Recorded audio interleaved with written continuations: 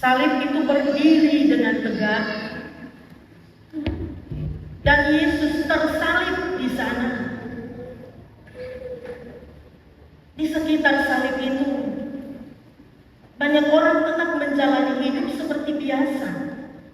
Ada tentara yang menjalankan tugasnya, ada orang yang sekedar lewat tapi kata-kata penghinaan dilontarkan, ada imam-imam kepala yang mengejek. Ada dua orang di sebelah kiri kanan yang juga mencela. Salib itu ada, ibu bapak saudara. Tetapi seperti gambaran dalam fragmen singkat tadi, orang-orang tidak peduli dengan salib itu. Orang-orang melewati salib itu tanpa perhatian. Dan itu terjadi dalam peristiwa ketika Yesus mati, ketika Yesus disalibkan. Itu terjadi di Golgota, tapi itu juga terjadi sekarang di sini dalam hidup kita. Markus mencatat dalam pembacaan kita ini, orang-orang lewat di sana menghujat dia. Mereka melihat Yesus tergantung di kayu salib, tapi hati mereka tertutup. Padahal Bapak Saudara, setiap orang yang ada di sini adalah manusia sama seperti kita, yang punya pergumulan, yang punya perjuangan, yang punya suara hati, yang sesak di hati, lelah, kecewa, dan merasa diam, tidak peduli. Dan pertanyaan-pertanyaan itu juga bergema di sekitar salib. Orang-orang berkata, selamatkanlah dirimu dan turunlah dari salib itu. Bapak Saudara, perkataan-perkataan itu sebuah olok-olokan. Mereka bilang, kalau Yesus itu Allah, harusnya sanggup turun dari salib itu. Harusnya tidak mati dengan cara seperti itu. Mereka menginginkan Allah bertindak dengan cara yang bisa mereka pahami. Tapi Bapak Saudara, cara Allah berbeda. Kasih Allah, kepedulian Allah yang besar, itu yang kita lihat pada salib di Golgota, dalam pengorbanan Yesus, dalam kematiannya untuk kita. Jadi Bapak Saudara, Yesus tidak turun dari salib itu bukan karena Yesus tidak mampu, bukan karena Yesus tidak memiliki kuasa, tetapi karena Allah, karena Yesus memang memilih untuk mati dengan cara disalibkan, memilih untuk tinggal tergantung di salib demi menebus kita manusia. Dan di kayu salib itu Bapak Saudara, dosa kita ditanggung.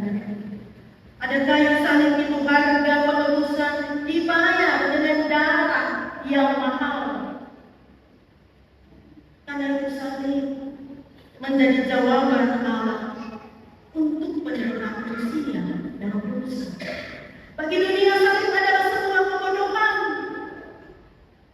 tapi bagi orang percaya, kasih Allah yang menyelamatkan. Di antara semua orang yang lewat saat itu, yang ada di sekitar peristiwa di Golgota itu Bapak Saudara, ada satu nama yang dicatat di dalam Alkitab, Simon orang Kirene. Dia seorang anak. Dia juga pasti punya kesibukan. Dia bukan seorang murid. Dia hanya kebetulan lewat di situ. Dan memang dia tidak punya rencana untuk menolong Yesus. Simon orang Kirene tidak sedang mencari panggung pelayanan, tetapi dia berhenti. Dan walaupun dipaksa, dia memikul salib. Ibu Bapak Saudara, di tahun kepedulian ini mari kita belajar peduli bukan hanya sekedar riba, bukan hanya sekedar kasihan,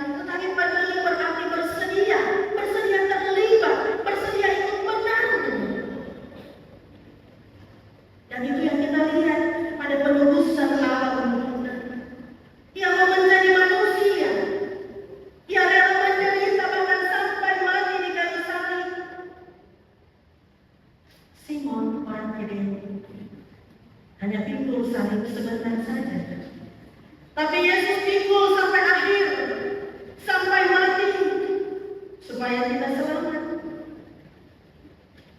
Tadi kita lihat di dalam rangkaian itu, Ibu Bapak Saudara, ketika seseorang berhenti menyadari makna pada salib, menyentuh salib, bukan soal palang kayu, tetapi siapa yang tersalib di situ. Bukti besarnya kasih Allah dan kepedulian Allah. Karena itu Bapak Saudara, pada Jumat yang agung ini, mari kita merenung dengan sungguh. Salib yang Yesus pikul bukan sekedar sebuah palang kayu seperti yang ada di depan ini, seperti yang ada di sebelah sana. Tetapi yang dipikul Yesus adalah dosa-dosa saya dan Ibu Bapak Saudara. Yang dipikul Yesus adalah kegagalan kita karena memberontak terhadap Allah. Karena itu Jumat yang agung ini harus membuat kita berhenti. Berhenti dari segala kesibukan kita. Bukan hanya sekedar melewat dan melihat salib, tetapi berhenti dan membawa hidup untuk mengalami perubahan di dalam Yesus. Dari salib itu, Yesus sedang panggil saya, Ibu Bapak Saudara, untuk mendekat, untuk menyadari kematiannya sebagai tanda kasihnya untuk kita. Jadi Ibu Bapak Saudara, ketika kita memandang pada salib Yesus, pertanyaannya bukan lagi apakah Allah peduli. Ibu Bapak Saudara, Allah sudah peduli. Allah sudah menebus kita. Allah sudah menyelamatkan kita. Jadi pertanyaannya pada Jumat yang agung, apakah kita mau berhenti? Apakah kita mau mendekat? Apakah kita mau merespons?